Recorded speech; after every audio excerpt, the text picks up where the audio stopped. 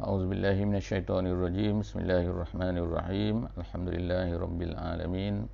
Wassalatu wassalamu ala asyrafil anbiya'i wal mursalin wa ala alihi wa sahbihi ajma'in. Rabbi shrah li sadri wa yassir li amri wa hlul 'uqdatam min lisani yafqahu qawli. Subhanaka la ilma lana illa ma 'allamtana innaka antal alimul hakim. Wala haula wala quwwata illa billahil aliyyil azim. InsyaAllah kita pada pagi ini kita sekali lagi akan bersama-sama dalam membaca sedikit tafsir secara ringkas daripada Al-Quran. Kita akan melihat pada pagi ini muka surat 350 insyaAllah.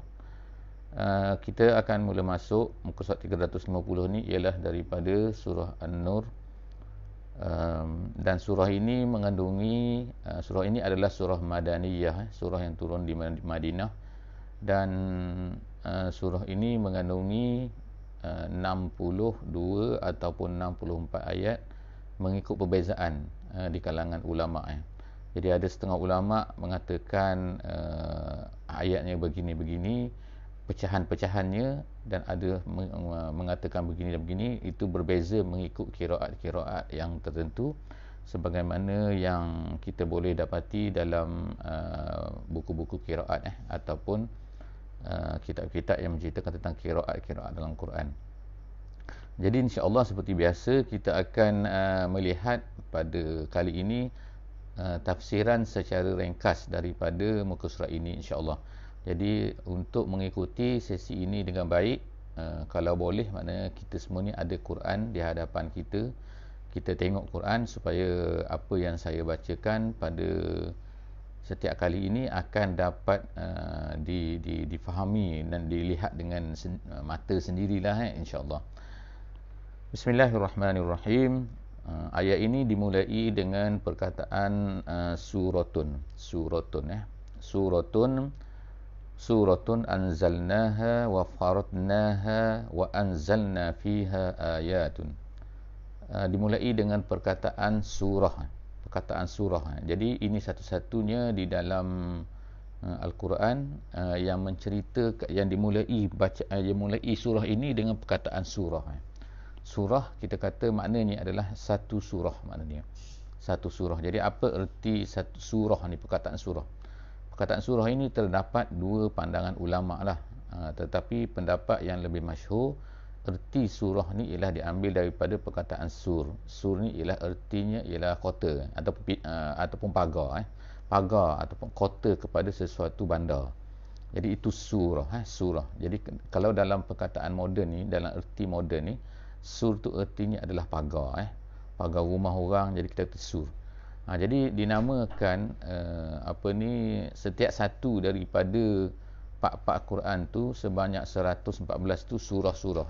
Satu surah kerana ia seolah-olahnya seperti dipagari, dipisah-pisahkan melalui bismillah lah biasanya. Walaupun terdapat satu surah dalam Al-Quran ini yang tidak mempunyai bismillah, iaitu surah At-Taubah. Jadi kemudian yang keduanya ialah Allah Ta'ala sebutkan perkataan anzalnaha wa faradnaha. Jadi ada bacaannya wa faradnaha. Jadi ada dua bacaan kat situ, faradnaha wa faradnaha. Anzalnaha artinya turunkan. Kemudian faradnaha artinya ialah dan kami fardukan. Fardukan iaitu wajib untuk dilaksanakan. Itu maksudnya wa faradnaha. Jadi dalam dua perkataan ini beriringan, kita tengok, iaitu anzalna wa faradnaha. Kesimpulan yang ulama sebut, sebagaimana disebutkan dalam tafsir Al-Wasit, dia kata ialah ertinya Quran ini bukan hanya untuk diturunkan sahaja, tetapi perlu dilaksanakan.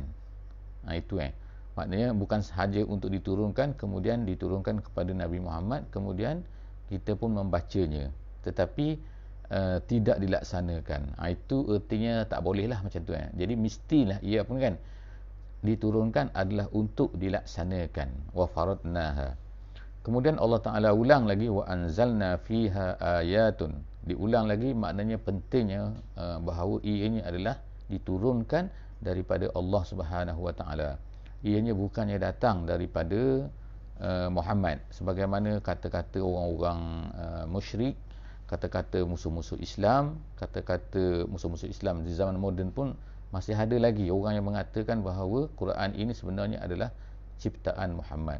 Tapi Allah Taala ulang lagi kat sini, wa anzalna wa anzalna fiha ayatun, kemudian bayyinatun, dia ni adalah jelas. Jelas ini ialah makna menjelaskan banyak benda, macam-macam perkara dijelaskan oleh Allah Subhanahu Wa Taala di dalam ayat Al-Quran ni. Kemudian la'allakum tazakkarun. Jadi ada juga cara bacaan la'allakum tatazakkarun. Gitu Jadi artinya ialah semoga kamu semua ni, tujuan dia adalah supaya kita ni ambil peringatan daripada Al-Quran tersebut. Kemudian ayat yang kedua, terus dijelaskan salah satu daripada hukum yang patut dilaksanakan dalam Islam. Jadi kalau kita tengok dalam surah Madaniyah ini, banyak daripada hukum-hukum Islam disebutkan di situ, iaitu hukum-hukum hudud dan sebagainya. Dan perkara ini tidak ada dalam ayat-ayat Makki. Dalam ayat yang diturunkan di Mekah, tidak ada ayat yang menyebutkan tentang hudud.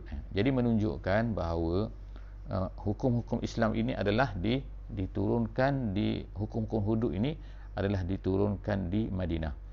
Disebutkan di sini dalam ayat yang kedua ni, az-zaniyatu waz-zani fajlidu kulla wahidin minhuma mi'ata jaldah.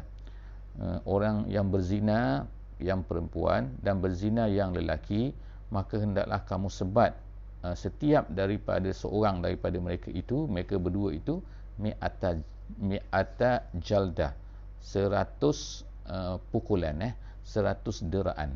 Jadi dalam ayat ini Allah Ta'ala memulakan menyebutkan perkataan orang yang berzina ini dengan menyebutkan perempuan, dan lelaki datang kemudian, maknanya az-zaniyatu waz-zani, orang yang berzina perempuan dan berzina lelaki.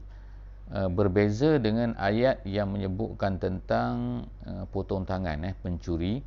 Allah Ta'ala sebutkan lelaki dulu, iaitu as-sariku was-sariqatu, maknanya orang berzina yang lelaki dan berzina perempuan, maka dimulakan dengan perkataan lelaki dan tidak dimulakan dengan perempuan. Perempuan datang kemudian. Tapi dalam yang berzina ni disebutkan perempuan, az-zaniyatu, kemudian disebutkan perkataan az-zani. Yang tadi mencuri, pencuri lelaki dan pencuri perempuan, kemudian orang berzina perempuan dan kemudian berzina lelaki. Jadi antara hikmahnya disebut di sini ialah kerana ini hikmah yang dibuat oleh ulama mengatakan bahawa orang yang berzina ni bukan banyak berlaku pada perempuan, tetapi biasanya dimulai dengan orang perempuan ataupun disebabkan oleh orang perempuan. Jadi sebab itulah kita tengok di dalam hukum-hukum banyak disebutkan bahawa perempuan ni kena jaga lebih daripada lelaki. Tetapi kalau lelaki dia kalau curi, dia lebih memerlukan kepada tenaga, lebih memerlukan kepada usaha, maka ianya lebih banyak berlaku pada orang lelaki mencuri. Jadi sebab itulah kita tengok sekarang pun banyaknya orang lelaki yang mencuri, bukannya orang perempuan yang mencuri. Walaupun ada juga orang perempuan yang mencuri, bukan tak ada. Jadi Allah Ta'ala sebutkan kat sini, iaitu mestilah mereka ni disebat sebanyak 100 rotan. Tapi di sini tidak disebutkan apakah jenis orang yang berzina itu, adakah orang itu muhsan ataupun tidak dan sebagainya. Maka pendetailan hukum tentang siapakah yang direjam, siapakah yang disebat, maka itu semua kita boleh dapati di dalam hadis-hadis yang sahih, dan ulama-ulama telah sepakat untuk menerima perkara tersebut, iaitu menyebutkan tentang masalah rejam dan juga masalah jaldah, walaupun perkataan rejam ini tidak disebutkan di dalam Al-Quran bagi orang yang berzina, tapi disebutkan dengan jelas di dalam hadis. Kemudian Allah Subhanahu Wa Taala sebutkan wala ta'khuzkum bihima ra'fatun fi dinillah.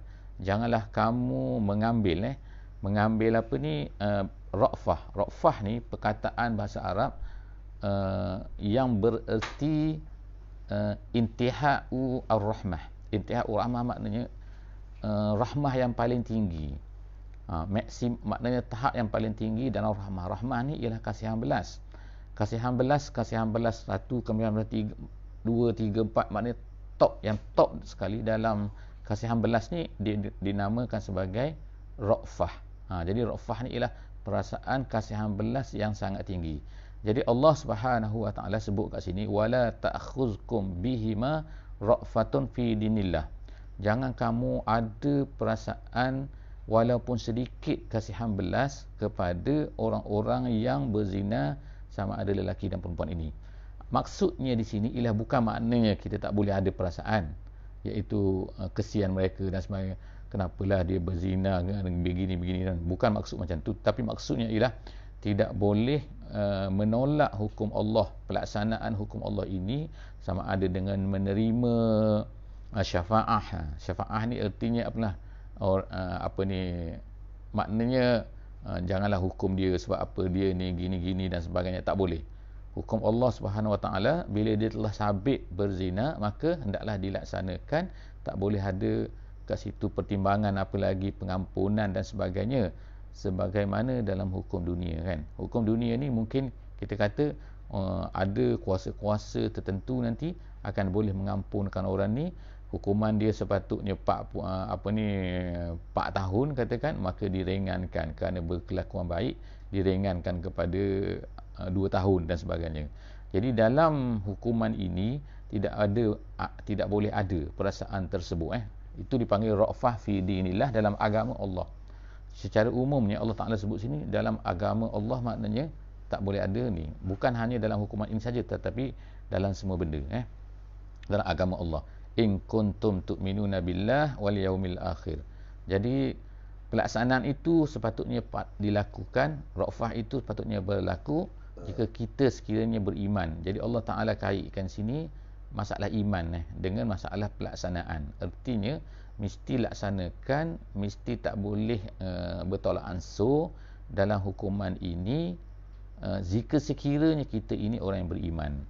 Wal yashhad azabahuma ta'ifatum minal mu'minin. Dan hendaklah dilihat diperhatikan, maknanya disaksikan azabahuma. Azabahuma ini artinya adalah azab bagi keduanya, iaitu hukuman yang hendak dilaksanakan kepada keduanya tu hendaklah dilihat oleh ta'ifah. Ta'ifah ni perkataan erti, dan kalau ikut terjemahannya artinya ialah sekumpulan, segolongan. Jadi apa erti ta'ifah? Maknanya sekumpulan orang Islam hendaklah memerhati, melihat, menghadiri hukuman ini.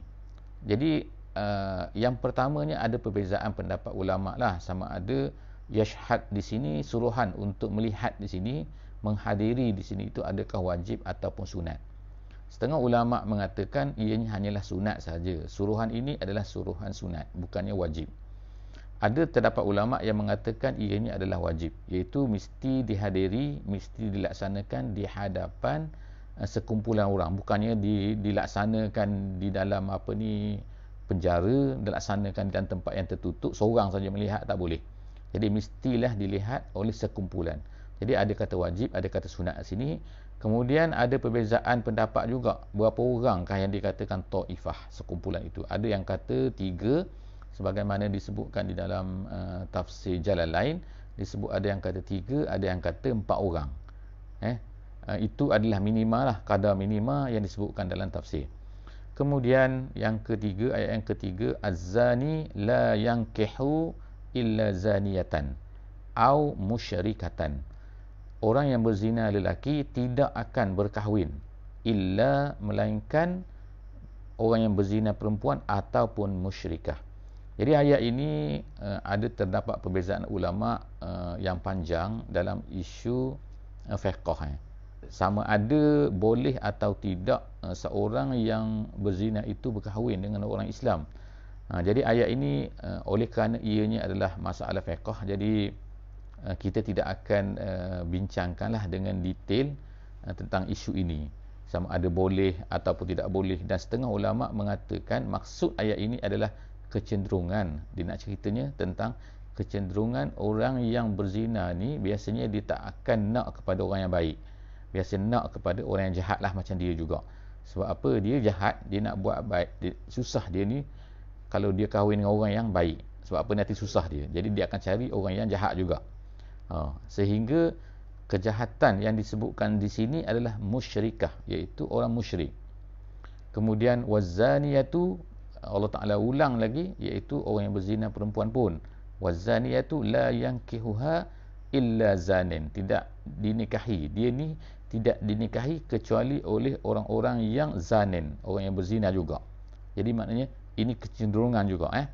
Au musyrik wa hurrima zalika 'alal mu'minin. Kemudian disebutkan kat sini iaitu diharamkan ianya, iaitu apa? Berkahwin dengan orang yang berzina tu, sama ada lelaki atau perempuan, ke atas orang-orang mukmin. Maknanya orang mukmin kalau ikutnya tidak boleh berkahwin dengan orang yang berzina tu. Jadi ayat ini juga sebagaimana saya sebut tadi, dianya mengandungi hukum fiqh. Dan setengah ulama mengatakan ayat ini telah dimansuhkan, iaitu tidak boleh tu, khurrima tu tidak boleh, telah dimansuhkan. Mengikut setengah ulama, dia kata haram di sini ialah bukannya haram tahrim tu diharamkan haram, tetapi maksudnya ialah tanzih. Dia kata makruh tanzih sahaja berkahwin dengan orang-orang yang berzina itu, sama ada lelaki atau perempuan. Kemudian seterusnya ayat yang keempat menceritakan tentang hukum orang yang menuduh orang, iaitu wallazina yarmunal muhsanat, orang-orang yang menuduh orang lain. Siapa orang lain tu? Iaitu al-muhsanat. Muhsanat tu ialah maksudnya perempuan-perempuan yang menjaga kehormatan, kalau ikut terjemahan dia.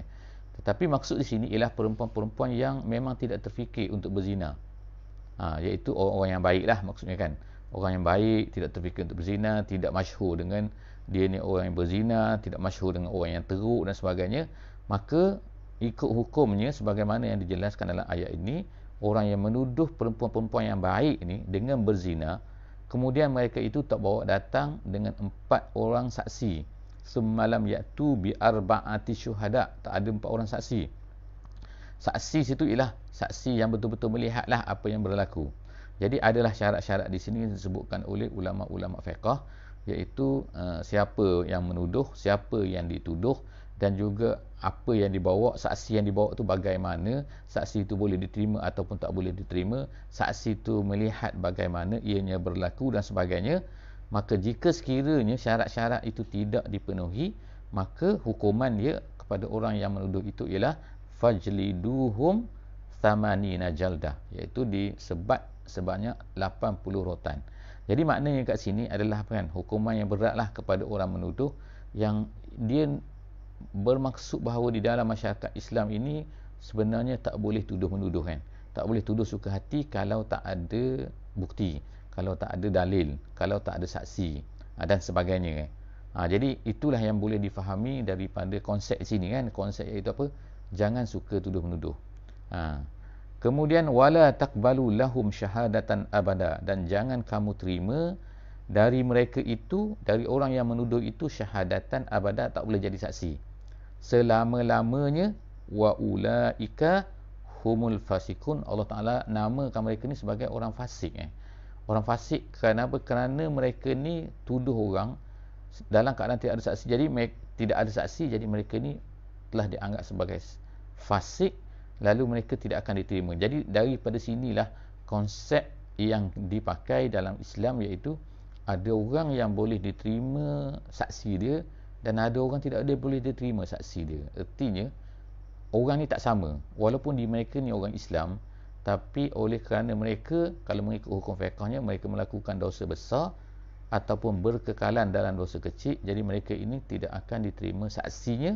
Dan oleh kerana itulah maka jika mereka bersaksi ni tak kira lah apa, tengok anak bulan ke, tengok bulan Syawal ke, mengatakan ini ke, menyaksikan ini, menjadi saksi apa-apa saja, kes mahkamah ke, kes apa ke, maka dia tak boleh diterima sebagai saksi, maka hukumannya ialah dia tidak akan dilayan lah apa yang dikatakan, apa yang dilihat dan sebagainya.